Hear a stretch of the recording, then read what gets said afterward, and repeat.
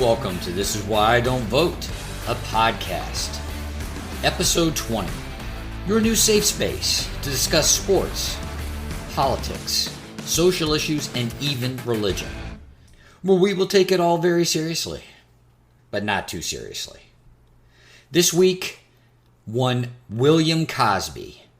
Yes, we will go in depth into the Bill Cosby release and how Twitter and Instagram have gotten this completely wrong.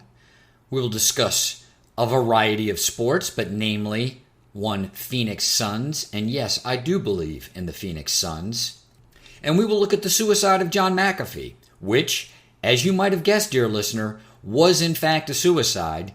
And we will discuss how the conspiracy theories surrounding as much are all stupid. Let the show begin. Act 1. If you don't understand the law, you will be a victim of it. The Pennsylvania Supreme Court let Bill Cosby out of prison, and the internet went into an uproar. By way of comments made, by way of articles written in as reputable a publication as the New York Times or the Washington Post, there appears to be absolutely no understanding as to how the law operates in the United States of America, why it operates that way, and how this decision came to be. If you do not understand the law and you do not understand the foundations of said laws, you will become a victim. Now, in a larger sense, in totality, of course, you are not a victim. You were just an ignorant asshole. Perhaps we as a society should do a better job of educating children, students, young people about how the law actually operates and why it operates that way. But at present, it does not appear that many people understand anything more about the law than what they see on television. I like Law & Order. I think it's a good show. Well, to be clear, I liked Law & Order. I liked the first 10 to 12 seasons of Law & Order. It's gone on way too long. It's like the erect penis of an 80-year-old after taking Viagra. When you get to hour 5 or 6, it's just unnatural and bad things are going to happen. But Law & Order is a farce. It is a fantasy. It is entertainment. The law does not operate in any way, shape, or form like you see on Law & Order. And you can say that about any entertainment product, whether it be a movie, a television show, a book. It's all fantasy. And you want to know why? Because the day-to-day machinations of the law are disgusting. They're boring, they're tedious, they're mundane. It's not exciting whatsoever. Any fictional product that accurately depicted the law would lose money and go quickly unnoticed. So let's do a little recap. How did we get to a point where someone like Bill Cosby could A, get convicted, then B, have his conviction overturned so that he could be released under these circumstances? Let's start with the underlying matter, the fact that Bill Cosby is a sexual predator. Absolutely no doubt about this. He takes a drug and he gives it to a woman in order to put her in a comatose state so that he can have sex with her. I've seen very little content specific to that act. What do I mean? Let's not look at the power dynamic. That's what most of the discussion around Bill Cosby's actions center on, the power dynamic. This is about power. I look at it from the perspective, personally, as why would someone want to have sex with a dead body? Do you understand that, dear listener? Male or female, think about it. You put someone into a comatose state, they are completely unresponsive. Bill Cosby did this over and over and over again. For all intents and purposes, the man was having sex with dead bodies. He's not the first person to do it. He won't be the last person to do it. And it's quite disturbing. The man is a sexual predator. But let's talk about the criminality and how it came to be that he was going to be prosecuted for what he had done. Dumbass Twitter user will spout off about how 50 to 60 women have come out with allegations about Bill Cosby doing the exact same thing over and over again. Giving them a Quaalude, giving them some sort of drug. They become incapacitated, they can't remember, and they walk away from the situation with signs that there was sexual contact. That means nothing in the eyes of the law. It means absolutely nothing, and here's why. Woman comes out, makes allegation. Allegation sounds like many of the other allegations that you've heard, and then the detail comes out. Well, this happened in 1976. Excuse me, when? It happened in 1976. Okay, and you're just telling us about it now. Yes. And it's 2016. Yes. Let's stop right there. Let's assess. This is not about, in any way, shape, or form, whether or not victims feel empowered and comfortable to come out and disclose the details, particularly to authorities, about sexual assault. This is about a concept called the statute of limitations. Now, the ignorant in this country will always throw a temper tantrum about the statute of limitations. It shows how spoiled we are. It shows how little we understand of our history, the history not only of this country, but the history of all countries, of man on planet Earth. And it shows of the genius that was our founding fathers in crafting our system, because this ignorance is not specific to modern times. Our founding fathers knew that some dildo on Twitter was going to throw a temper tantrum about Bill Cosby being released after the decision was rendered by the Pennsylvania Supreme Court. That's how smart our founding fathers were. They may not have understood the technology by which the dildo would start to vibrate, but they knew dildo will vibrate. The system must be able to accommodate and absorb, if not accept, the shock of the vibration of all of those dildos. So how did we get to the point where we wanted to enact some sort of measure in order to absorb, if not accept, the shock of a bunch of vibrating dildos? One time, this country was governed by a king. That's right. We had the law of the king. And there were a bunch of king's men in this country to enforce said law. Now, you, as a private citizen, may get crossways with the king. You, as a private citizen, may get crossways with one of the king's men. That king's man may be a political interest. It may be a social interest. It may be, and frankly, this is what it often was, a business interest, a financial interest. You could be arrested by the king's man, and the king's man would say to you, you're going before a magistrate, and you're going to be subject to the king's law. And you would say, what the hell's going on? And the king's man would say, you are accused of a crime. And you would say, what crime is that? I'm not telling you. Well, who's accusing me? I don't have to tell you. When did this crime allegedly happen? I don't have to tell you. Sitting before the magistrate, in your cuffs, the magistrate says to you, you've been accused of sexual assault. My God, you say. That's right, sexual assault. And you know what? It happened 16 years ago. And you say, 16 years ago? What? And the magistrate says, yes, 16 years ago. Woman X. Do you remember Woman X? And you go, okay, vaguely. Yes, I vaguely remember Woman X. Well, we have a witness that says that you sexually assaulted Woman X 16 years ago. What? You have a witness? Well, who's the witness? It's a guy. Okay, what's the guy's name? I don't have to tell you. Now, for those of you who may be triggered about the subject matter of this alleged crime, you can replace it with anything.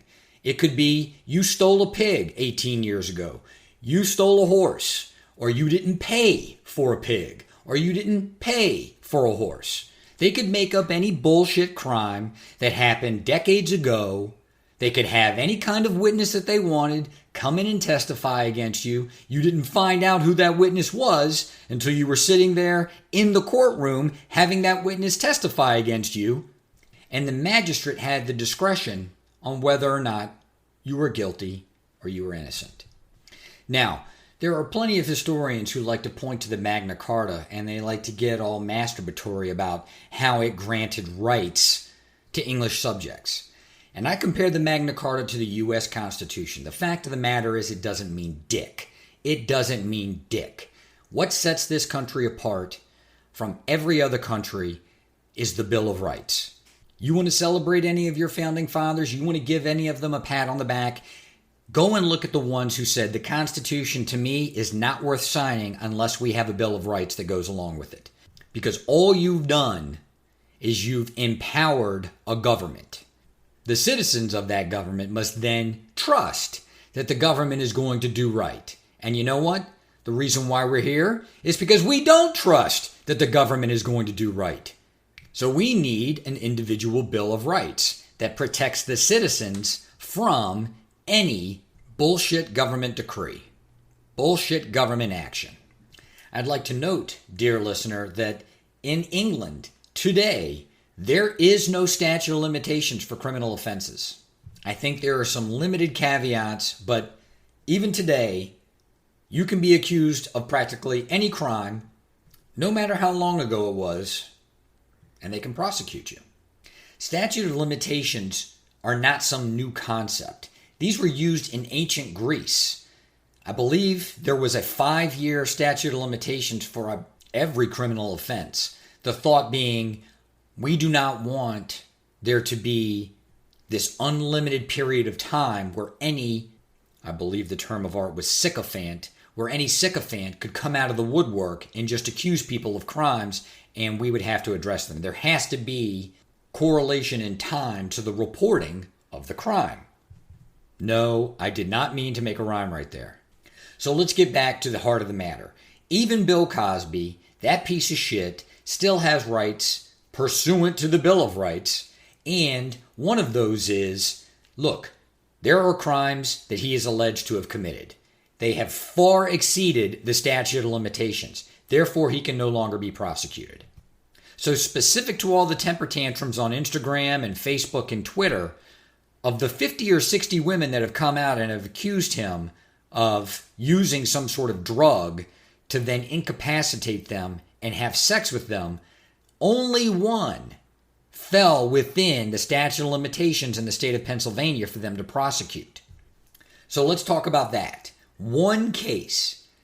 In trying this case, the prosecution used witness testimony from other victims to support the theory that this was a pattern, that this was habitual, that Cosby had done this over and over again. This wasn't an isolated incident. This was a pattern of behavior. In addition, the prosecution used Bill Cosby's own testimony from a deposition that he had given specific to a civil lawsuit with the accuser where he admitted that he gave her Quaaludes. These two issues are what the Pennsylvania Supreme Court used to overturn the decision. How so? It's not complicated at all, folks. You've all heard it before. I'm being accused of a crime. You can't have someone come in and say, that person did the same thing to me, so you should convict that person of a crime committed against somebody else. That's always going to be problematic, dear listener. The jury needs to conclude that the person is guilty of the crime because they committed the crime against the accuser. You can't roll in 5, 6, 10, 20 other witnesses and have them state, look, this person did the same thing to me. Now, I know that may not have any impact on the evidence being presented against this accused person by the accuser, but I'm just telling you that it happened to me too. That works on Instagram. #MeToo. That works on Twitter. #MeToo. That does not work in a court of law. So the prosecutor getting away with having other witnesses come in and testify and say, he did this to me, even conservative courts look at that and say, it's a bridge too far. It's too much of a stretch because we don't know whether or not the jury was convicting Cosby because of the testimony of the victim or because of the testimony of these other witnesses where he is alleged to have done the same thing. Now let's discuss the second part because this is more disturbing and this is more a trend in the law which people truly do not understand. They have absolutely no awareness that this is what happens. The victim in this case filed a civil lawsuit against Bill Cosby in, I believe, 2004. In that civil lawsuit, They had a deposition set for Bill Cosby. At the same time, the district attorney was looking to file charges against Bill Cosby and was investigating the case. Now, let's stop right there. Let's stop right there because this is where you need to understand, dear listener, how the law actually operates. Legal communities are not that big a sandbox. Have you ever heard that term of art? It's a small sandbox. Everyone knows everyone else. In criminal law, many of the prosecutors end up becoming defense attorneys. Many of the prosecutors who have been in these prosecutorial offices, in these positions for years, know all of the defense attorneys. They also know many of the civil attorneys that handle sex crimes, sex assaults. These attorneys all know one another. In fact, not only are the attorneys familiar with one another, if not friendly, they also know the judges. You know which judges are conservative or liberal. You know which judges are conservative on certain issues or are liberal on certain issues. So what really happened here? Bill Cosby's defense attorneys were in contact with the district attorney's office. And they no doubt said to the district attorney's office, you know what? If we have to report to this deposition, all Bill Cosby's going to do is plead the fifth. He is literally going to sit in a deposition for maybe 4 hours, maybe 6 hours, maybe 8 hours. And he is just going to repeat over and over and over again the Fifth Amendment privilege. I am not going to incriminate myself. I am not going to incriminate myself. I am not going to incriminate myself. The district attorney's office, in turn, said, okay, if we promise not to prosecute Bill Cosby for this specific crime against this specific accuser, will he agree to be forthcoming in the deposition? Cosby agrees. Cosby's attorneys agree. All of the principals understand that Bill Cosby is going into this civil deposition with the knowledge that it will not be used against him in a criminal matter against this accuser. Do you understand? Do you understand, dear listener? Listen to what I'm telling you. Look at what is plainly stated in these documents. The prosecutor was making a deal with an alleged defendant about whether or not it was going to pursue a criminal matter in light of a civil matter and the accused testimony in that civil matter. You saw a very similar deal being struck by the Miami district attorney with Jeffrey Epstein about what they would actually prosecute and what kind of deal they would make in light of a potential deal to be struck with accusers on the civil side. This is what we'll do for you on the criminal side if you handle this matter on the civil side. If you've got enough money, you just handle it on the civil side. And by way of agreement, you won't face any criminal charges. That is exactly what has gone on with Bill Cosby. That's what happened with Jeffrey Epstein. That's what happened with Bill Cosby. They made a deal. The attorneys made a deal that Bill Cosby would testify, that he would actually appear at the deposition and testify truthfully, with a promise that he would not face criminal prosecution by the district attorney. A new district attorney was elected specifically, and let's be clear, specifically running on the issue that I would prosecute Bill Cosby. The new DA gets elected. The new DA says, I'm not honoring the deal. The new DA then uses the testimony in that civil deposition during the criminal trial in order to convict Bill Cosby. Now, Twitter dildo will go and vibrate about how the court's decision was terrible and Bill Cosby's guilty and 50 or 60 accusers and blah, blah, blah. One, the 50 or 60 accusers, they're out. The statute of limitations, it limits the ability of the state to prosecute. And specific to the testimony that Bill Cosby offered in the deposition, Well, you had a district attorney making a deal that would never be used. The whole criminal system operates on making deals, on the credibility of the prosecutor. If the prosecutor can always be overturned by a subsequent prosecutor, no one would ever make a deal with the prosecutor's office. And the prosecutor's office would be crippled by its inability to actually negotiate. So where does the fault lie? The fault lies, as always, on us, dear listener. It falls on us. You elect a prosecutor that's going to make a deal with pedophiles, you've got a prosecutor that's going to make a deal with pedophiles. I don't know what else to tell you. You elect a prosecutor that's going to make deals with serial rapists, you've got a prosecutor. You've elected a prosecutor that's going to make deals with serial rapists. I don't know what else to tell you. Don't then lambaste the Pennsylvania Supreme Court because of the actions taken by a prosecutor that the people elected that is sympathetic to a serial rapist. Now, when it comes to the statute of limitations, I think because of the advances in technology, these statute of limitations can all be extended. Nothing in this country moves quickly, particularly when it comes to government, and we've already discussed why, because government is set up to move slowly to avoid tyranny. But we're already seeing in a number of states that the statute of limitations on child sex assault is either being eliminated or it's being extended exponentially. I believe a high-profile case like this is going to see a groundswell that the same change be made for rape, for sex assault in general.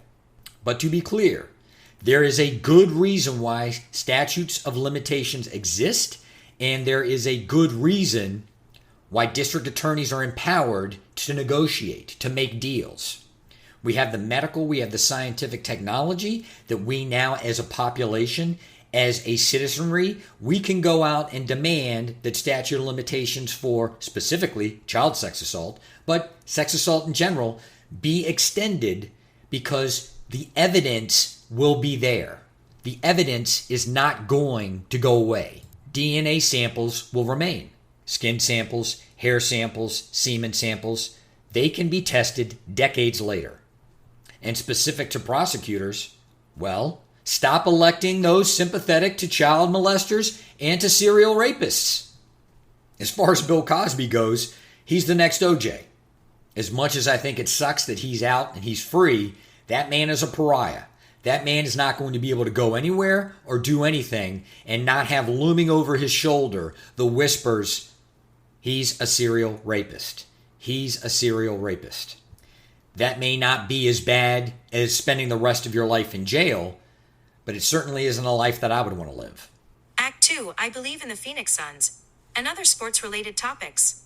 There's a new national champion in college baseball. The Mississippi State Bulldogs won their first championship in any sport.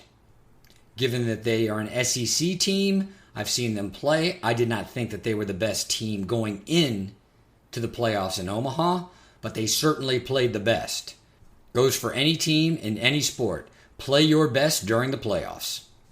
Pour one out, as the kids would say, for the Tennessee Volunteers that made the College World Series for the first time in 20-some years and promptly lost both of their games. And it struck me, just as I said it, that I highly doubt that the kids still say, pour one out. In fact, by saying that, it probably just reaffirms the fact that I'm an old man. But congratulations to the Mississippi State Bulldogs for their first national championship in any sport. Having said that, let's move on to the National Basketball Association, where I believe in the Phoenix Suns. The Phoenix Suns played a basketball contest on Wednesday, June 30th, whereby they stomped the Los Angeles Clippers for the right to go to the NBA Finals, only the third time that they've ever done that. I got many a text from those outside of the Valley of the Sun to the effect of Chris Paul is a douchebag, and I am not going to argue the fact that when Chris Paul is the opponent he very well comes off as a douchebag. Douchebag, whiny bitch, instigator, sure, no argument here. But when he's on your team, well, that man's a leader. That man is a winner. That man performs under pressure. I'll give you two analogies that are apropos to other sports, but I think fit here very well. Chris Paul is in many ways like the instigator on a hockey team. The kind of guy that everyone hates to play against, but the guy you love when he's on your team. When I was a younger man, that player was Claude Lemieux in the NHL. Claude Lemieux of New Jersey Devils fame and of Colorado Avalanche fame. He honed his douchey, instigating skills in Montreal, Canada as one of the Montreal Canadiens. But as much as he had a reputation for being an instigator, for cheap shots or dirty shots, for being a crybaby, he was a hell of a player. He had a nasty slap shot. And from recollection, I know he won at least 3, if not 4, Stanley Cups. Chris Paul is very much that guy in the NBA. But the second analogy I think is also apropos is that he's also like Jack McKeon. Jack McKeon was a baseball manager. He managed the Cincinnati Reds and the Florida Marlins, and he won 3 World Series. Jack McKeon was older, cut from the old school cloth, and to many, he was a contemptible prick. But being older, being cut from that old school cloth, being a disciplinarian, that has its place in every sport. When you have a bunch of rudderless but extremely talented kids having an older, having an experienced manager, coach, having someone that is a disciplinarian but also an authority can be quite an advantage for a young team. The Marlins won a World Series, I believe it was 96 or 97, blew up the team on purpose, got a bunch of draft picks, drafted a bunch of kids, probably some of the best, the most talented crop of kids I can remember in Major League Baseball. I remember they hired Jack McKeon on a 1-year contract. I believe they had some problem with their former manager, and he was only on a 1-year contract. He only wanted to manage for a year. They only wanted him for a year. He took that talented bunch of kids and went up against one of the strongest teams that's existed in Major League Baseball in its history, those New York Yankee teams from the late 90s and early aughts. And the Marlins just stomped them, shut them down. I see that in Chris Paul, someone who is an extremely demanding superstar. Someone who has been called by teammates an acquired taste at best, or, as Michael Jordan was often referred to, a maniacal asshole at worst. You get the right group of kids, though, and the demanding superstar can bring out the best in them. The Milwaukee Bucks are without Giannis. I can't even say his last name. I'm not even going to try to say his last name. They're out their best player for at least the next game, Game 5 of the Eastern Conference Finals, if not longer.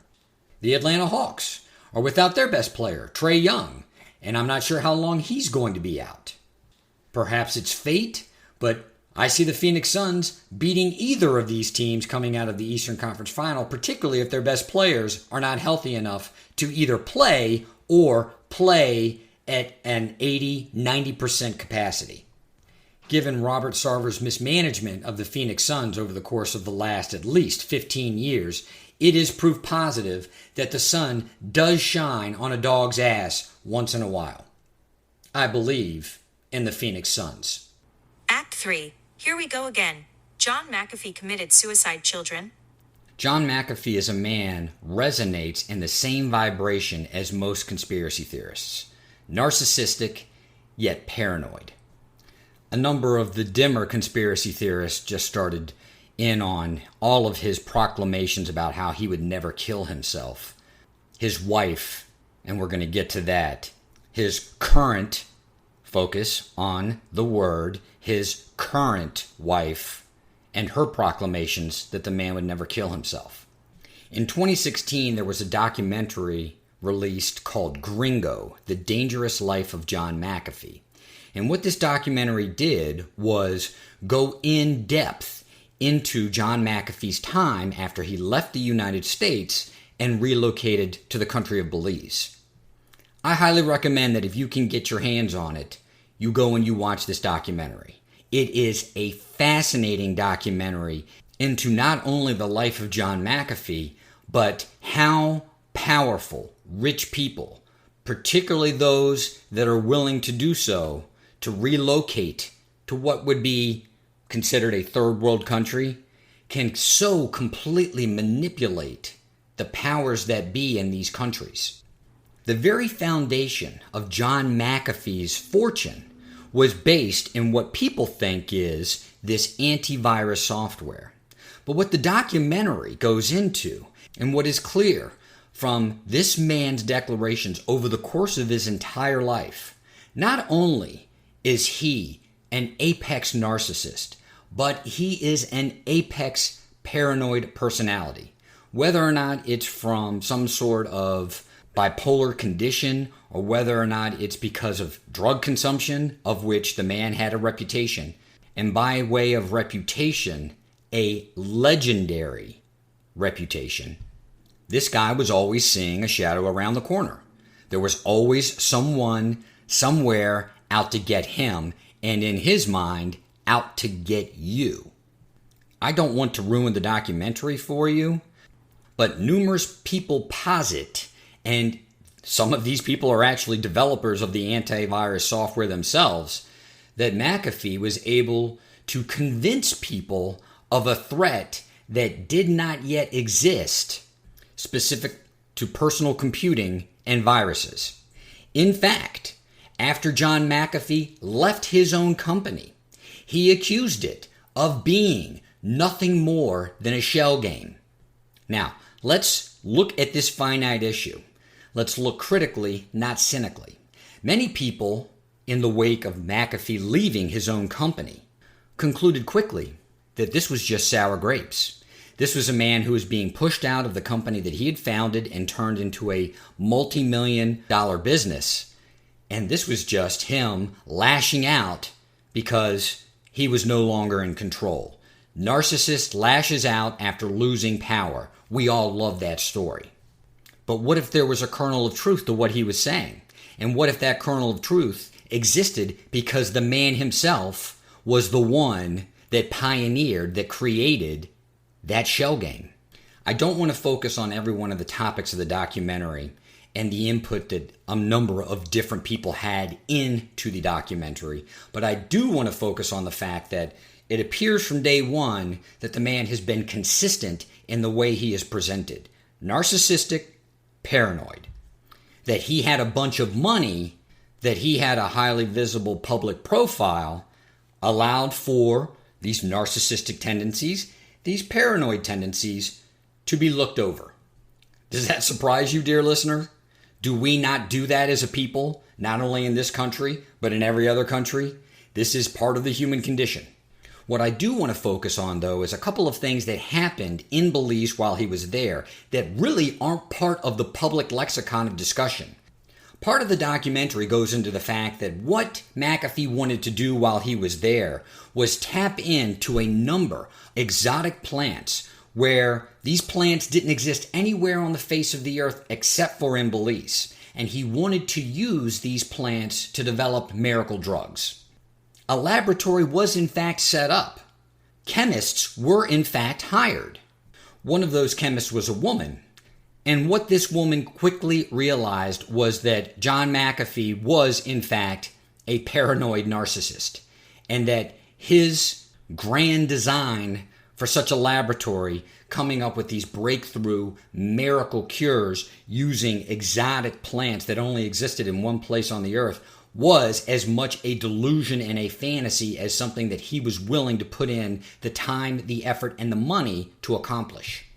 Again, this is a spoiler alert, but when she confronted him and told him that she wanted to go home, of course, not indicating that she thought he was a paranoid narcissist, but just stating that she was no longer interested in the project, according to her, he drugged her, he raped her. Again, that's right. She wanted to go home. She didn't want to work on the project anymore. In a laboratory out in the middle of a jungle in Belize, he drugged her, he raped her. You may say, wow, That may be the worst thing that I've ever heard about John McAfee. Well, be patient, dear listener, because the documentary, well, it went on. When McAfee arrived in Belize, in the town that he was in, he noticed that the police, the law enforcement, were completely underfunded and completely without adequate equipment. McAfee spent his own money and donated to the police all sorts of different types of equipment, whether that be jet skis for them to be out on the water, boats for them to be out on the water, new guns, new batons, even new uniforms. McAfee just donated this to the police. This may come as a shock to you, dear listener, but that put the police in his pocket. That is a necessary backdrop to the next part of the story, that being the fact that he murdered his neighbor. Let's be clear, he murdered his neighbor. Now, did he actually go and pull the trigger? No, he is not that type of man. He is not that bold. He's a narcissist and he's paranoid, but he is not that bold. He did what any self-styled gangster does, and he had somebody else go do it. He paid for someone to shoot his neighbor. Now, the context under which this happened was that McAfee had dogs, neighbor poisons dogs, McAfee wants to get revenge. But what is interesting is the extent to which any of this is investigated by the police in this town in Belize. The very assertion that the neighbor poisoned the dogs is a narrative that's spun by McAfee himself. Again, you're dealing with a narcissistic, paranoid personality. None of this story has been corroborated by anyone.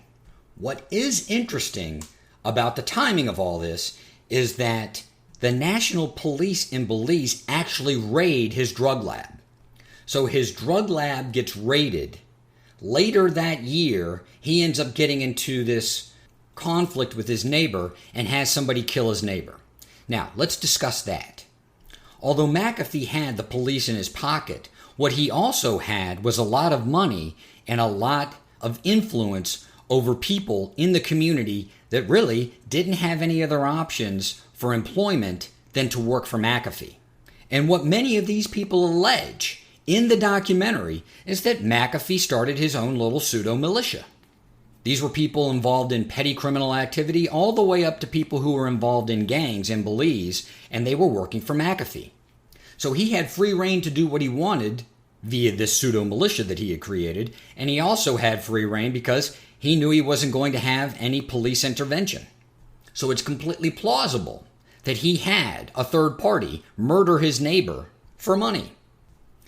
After having been accused of murder by many of the people in the community, although the police never brought any charges and evidently have never done any type of in-depth investigation, McAfee leaves the country and accuses the U.S. government of orchestrating that murder in order to frame him. Are you listening?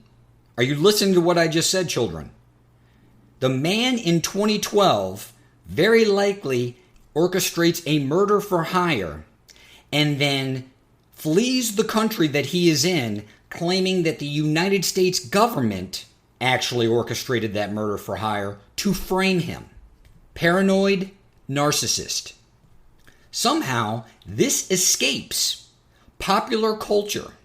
This escapes any coverage by that so-called mainstream media, which we've discussed on this podcast, is an absolute failure, is an absolute joke. There's no mention whatsoever when McAfee resurfaces in the United States and again raises his public profile of any of these incidents.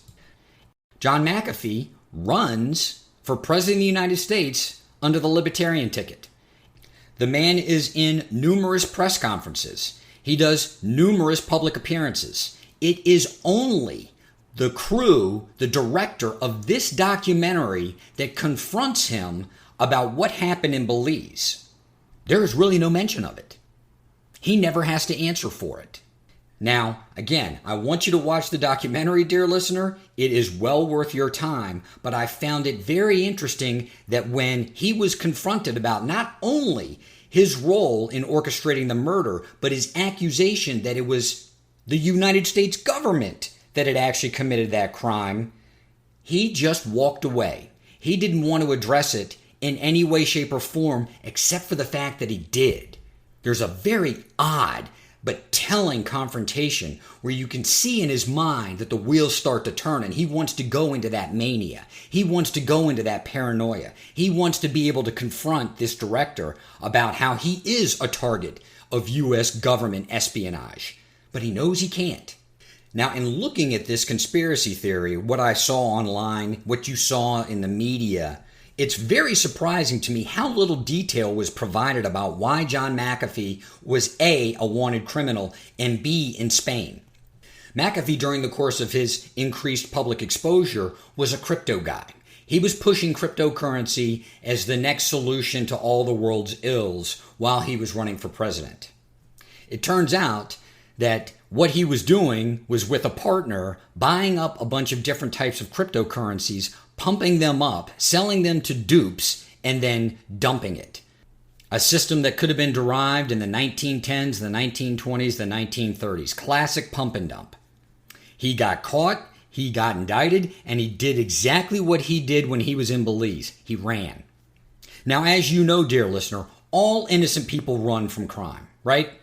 He was an innocent man when he orchestrated the murder of his neighbor because, in fact, it was the U.S. government that did that. And then he was an innocent man when he was found to be involved in this pump and dump because somehow it was a conspiracy contrived by the U.S. government. So he ran.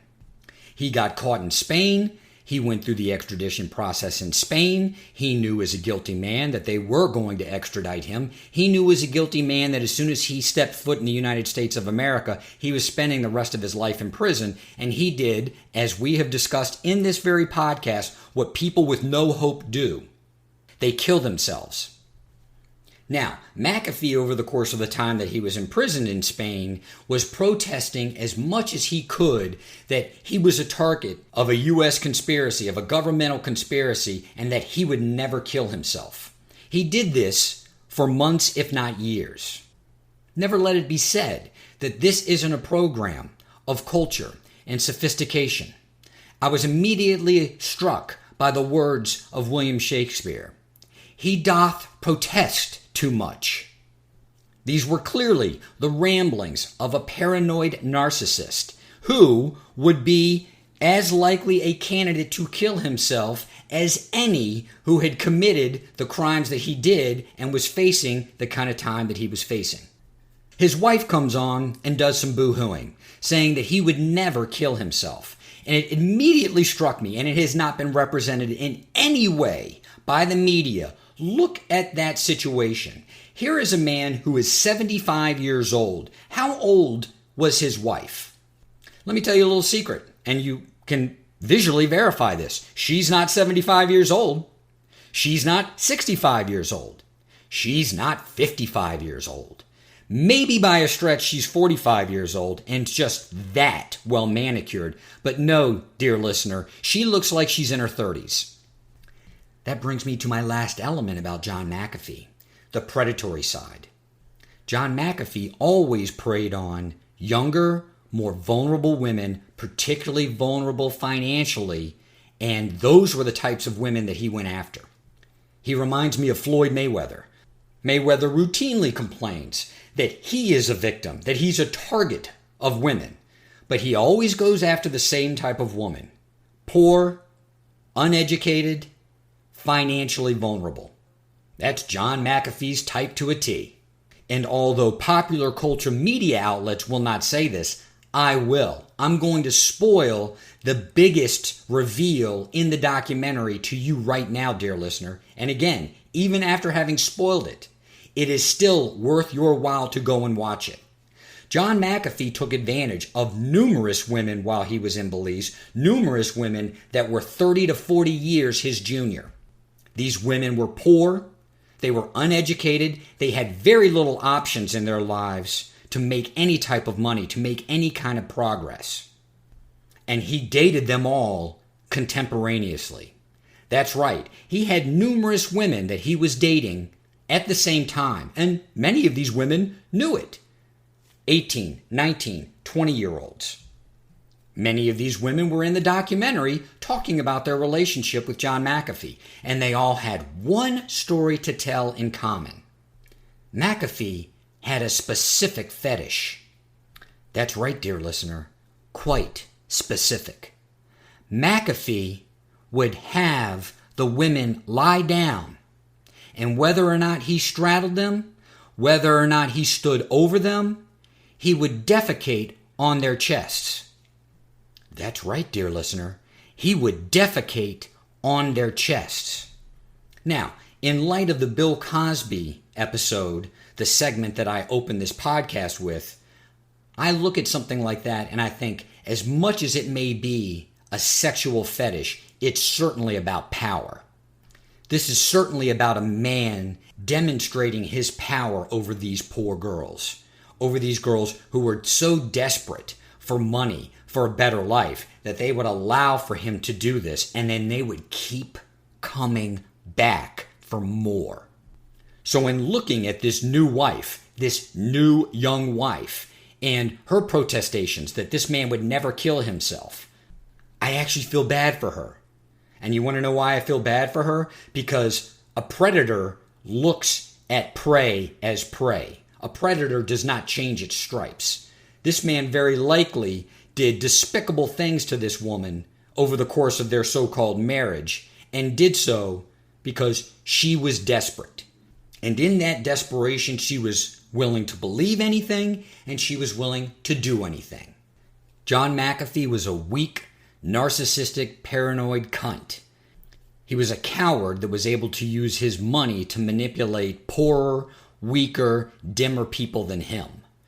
He did what any weak, cowardly, narcissistic, paranoid cunt would do when he ran out of his options to manipulate people, to buy people. He killed himself. Now think back to how I started this segment. These conspiracy theorists resonate, vibrate on the same wavelength as this guy. These conspiracy theorists don't have something figured out. Many of these people are weak, cowardly, narcissistic, paranoid cunts. They are indulging their worst, their most evil side. But I want to end this segment with a glimmer of hope, because I believe that no matter what you believe, or really what you've done, you can always turn it around in your own head. Part of the reason why I'm doing this is to basically point out that, look, it's easy to indulge in some of these weaker, nastier, more evil sides to our personality. There is no church, there is no school, there is no social institution, there is no political institution that's going to save you from your weaker, baser instincts. You've got to do it yourself. There is no conspiracy. There is no out there. It's all within your head, and until you get outside of your head and realize that, you will be a victim. Not a victim like John McAfee, but a victim of people like John McAfee. This is Why I Don't Vote, a podcast.